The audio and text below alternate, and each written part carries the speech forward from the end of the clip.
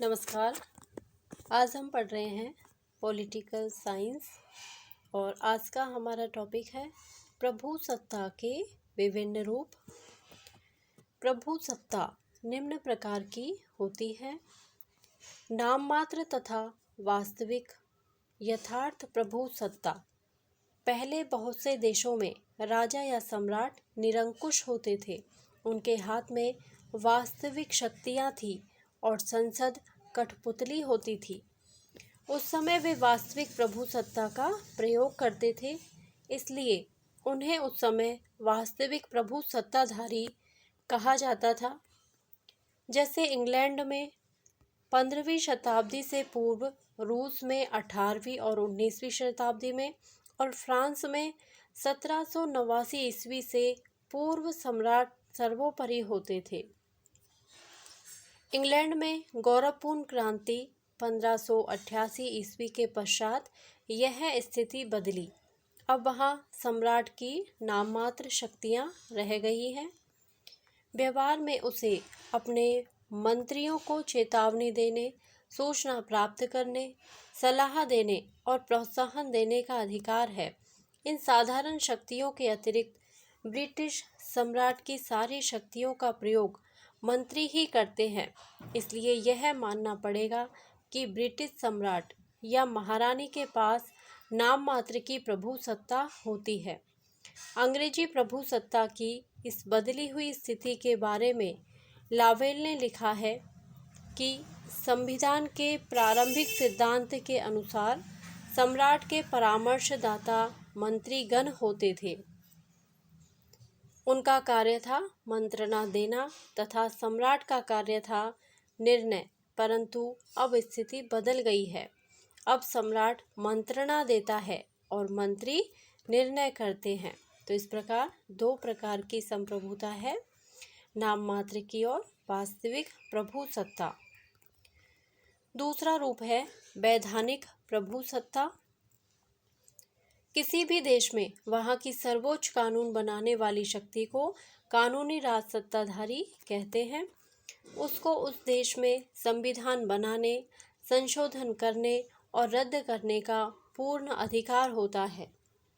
England में सम्राट सहित संसद वहाँ की प्रभुसत्ताधारी है। इंग्लैंड में संसद को साधारण और संवैधानिक दोनों प्रकार के कानूनों में संशोधन करने का एक ही विधि से पूर्ण अधिकार होता है। डायसी के अनुसार ब्रिटिश संसद संवैधानिक दृष्टि से इतनी शक्तिशाली है कि वह शिशु को प्रौढ़ करार दे सकती है, मृत्यु के बाद किसी भी व्यक्ति को राजद्रोही सिद्ध कर सकती है, वह गैर कानूनी संतान को कानूनी करार दे सकती है और यदि वह उचित समझे तो किसी व्यक्ति को अपने मामले में न्यायाधीश बना सकती है। यद्यपि कानूनी दृष्टि से ब्रिटिश संसद को वे सभी शक्तियां प्राप्त हैं, परंतु व्यवहार में वह ऐसा नहीं कर सकती क्योंकि इसे बहुत से रीति रिवाजों, नियमों तथा सिद्धांतों का ध्यान रखना पड़ता है। तीसरा प्रकार है राजनीतिक प्रभुसत्ता।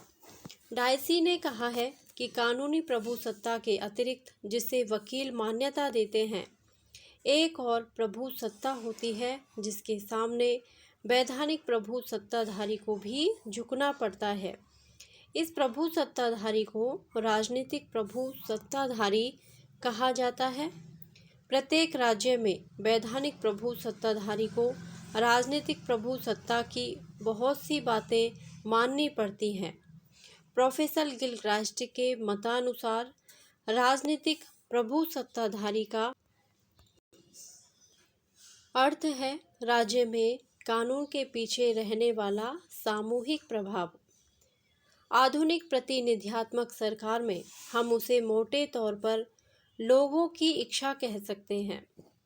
अतः राजनीतिक प्रभुसत्ताधारी से हमारा आशय मतदाताओं तथा राज्य में उन सब अन्य प्रभावों से है जो लोकमत को बनाते हैं। लोकतंत्र में मतदान, समाचार पत्र, सभाओं, विरोध प्रदर्शन, प्रतिनिधि मंडल, हड़तालों, क्लब, सोसाइटियों, दबाव समूहों इत्यादि उपायों द्वारा कानून बनाने वाली सत्ता पर प्रभाव डाला जाता है तथा उसे नियंत्रित किया जाता है। अतः मतदाता तथा लोकमत की शक्ति को ही राजनीतिक प्रभु सत्ताधारी कहा जाता है। अगला प्रकार है लौकिक प्रभु सत्ता। इसका प्राय यह अर्थ लिया जाता है कि जनता की शक्ति सबसे बड़ी है। इस सिद्धांत को प्राचीन काल में कई लेखकों ने राजाओं की निरंकुशता का खंडन करने के लिए अपनाया। अतः यह सिद्धांत अमेरिका के संविधान में भी अपनाया गया।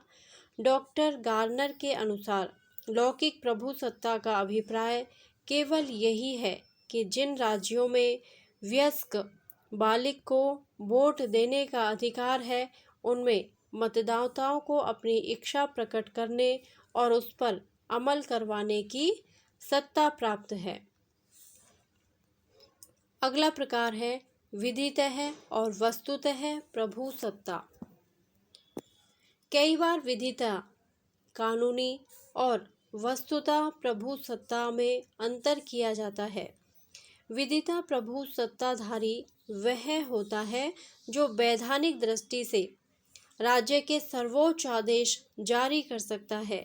कानून के अनुसार उसे शासन करने का अधिकार है और वह अपनी आज्ञा का पालन करवा सकता है। कई बार जब किसी देश पर कोई आक्रमण हो जाता है अथवा उसमें क्रांति हो जाती है, तो विधिता प्रभु सत्ताधारी अपनी आज्ञा का पालन करवाने में असमर्थ रहता है और कोई नया आक्रमणकारी या क्रांतिकारी नेता, चाहे वह कोई बड़ा जनरल हो अथवा तानाशाह हो या सम्राट हो अथवा जननायक हो, वस्तुतः प्रभु सत्ताधारी बन जाता है। उदाहरण स्वरूप 1949 ईस्वी से पूर्व चीन में मार्शल चियांग काई शेक की कोमितांग पार्टी की हुकूमत थी। वही वहाँ की विधितः प्रभु सत्ताधारी थी, परंतु 1949 ईस्वी में वहाँ साम्यवादी क्रांति हुई। उसके बाद वहाँ साम्यवादी दल कम्युनिस्ट पार्टी की हुकूमत बन गई। साम्यवादी दल वहाँ का वस्तुतः प्रभु सत्ताधारी बन गया और marshal Chiang Kai Shek Formosa भाग गया। बाद में Bharat, France, Great Britain, Indonesia, Soviet संघ इत्यादि ने चीन की साम्यवादी सरकार को मान्यता दे दी। इसलिए उनकी दृष्टि में चीन की साम्यवादी सरकार विधिता, कानूनी तौर पर तथा वस्तुतः वास्तविक रूप में दोनों प्रकार से प्रभु सत्ताधारी है। अब संयुक्त राज्य अमेरिका तथा कई अन्य देशों ने भी उसको मान्यता दी है। इसलिए अब चीन की साम्यवादी सरकार वस्तुतः प्रभु सत्ताधारी है और विधितः प्रभु सत्ताधारी बन गई है। द्वितीय विश्व युद्ध के पश्चात मिस्र में क्रांति से पूर्व सम्राट फारूक की हुकूमत थी। इसलिए वही सरकार सब देशों के अनुसार वहाँ की वस्तुतः प्रभु सत्ताधारी तथा विधितः प्रभु सत्ताधारी थी, परंतु जनरल नजीब के नेतृत्व में वहाँ पर क्रांति हुई। बाद में जनरल नजीब को क्रांतिकारी परिषद ने हटा दिया और नासिर ने अपनी सत्ता स्थापित कर ली। लगभग सभी विदेशी सरकारों ने नासिर की सरकार को अपनी मान्यता दे दी।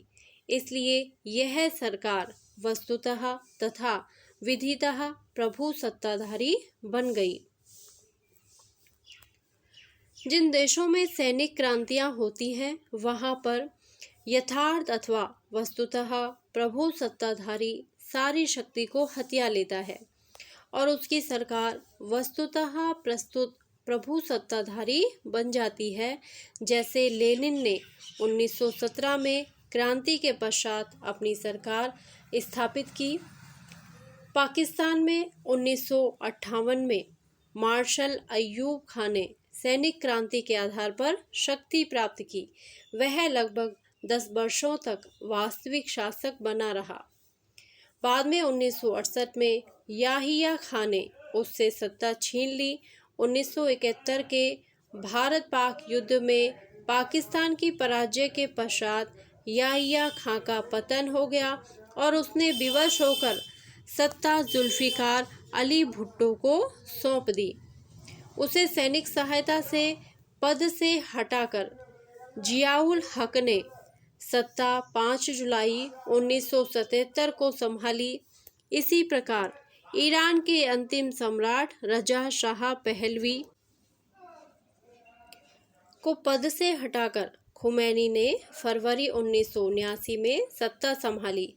अफगानिस्तान में नूर मोहम्मद तराकी को पद से हटा करके कमाल बर्बक ने दिसंबर 1979 में सत्ता संभाली।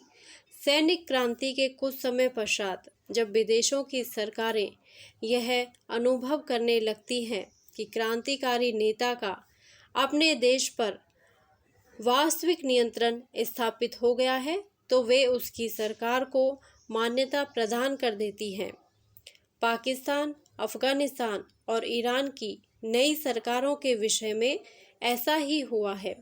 उस समय यथार्थ या वस्तुतः सरकारी विधित कानूनी भी बन जाती है। धन्यवाद। यदि आपको यह वीडियो अच्छा लगा हो तो प्लीज़ मेरे वीडियो को लाइक करें, शेयर करें और मेरे चैनल को सब्सक्राइब करें। Thank you.